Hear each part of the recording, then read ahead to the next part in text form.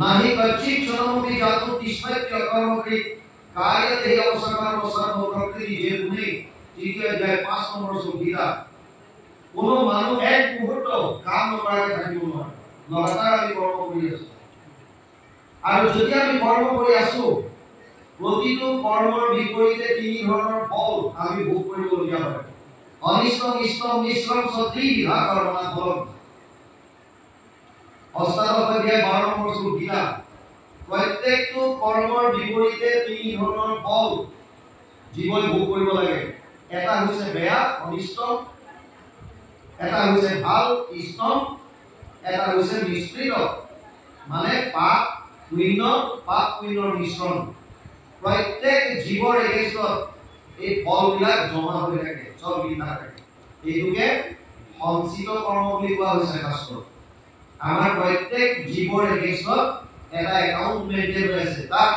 যিমান বিলাক আমি কৰ্ম কৰিলো কোটি কোটি বাৰ মানুহৰ জীৱন লৈ এইবিলাক সব জমা হৈ আছে এইটো শৰীৰ ত্যাগ কৰাৰ পাছত পুনৰ শৰীৰ ধাৰণ কৰিবৰ কাৰণে ভোগ কৰিবলৈ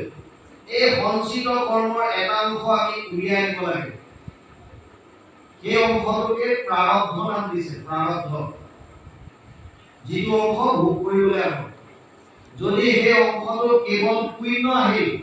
তেতিয়াহ'লে স্বৰ্গলোকত যাব পাৰিব দেৱতা হৈ থাকিব পাৰিব কেতিয়ালৈকে যেতিয়ালৈকে এই লৈ অহা অংশখিনি ভোগ কৰি শেষ নহয় তে তম ভোগটোৱা স্বৰ্গলোক বিচাৰ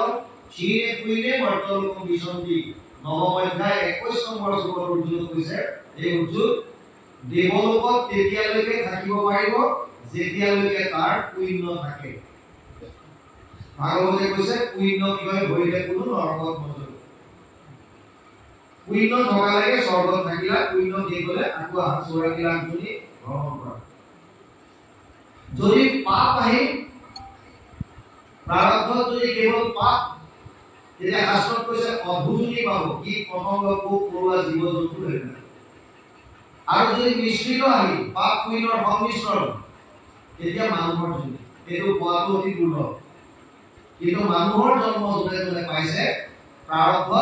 পাপ পুণ্যৰ মিশ্ৰিত ফল লৈ আহিছে সেইকাৰণে প্ৰত্যেকজন মানুহৰ জীৱনত সুখ আৰু দুখ দুইটা আছে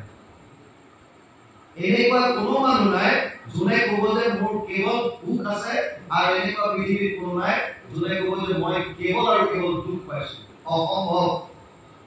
কাৰণ সুখ আৰু দুখ মানে পাপ আৰু পুণ্যৰ মিশ্ৰণ লৈ আহিছে তাৰ ওপৰত বেছ কৰি আমি সুখ দুখ পাইছো সুখ দুখ ভোগ কৰিব লাগিব কাৰণ প্ৰাৰব্ধত লৈ আহিছো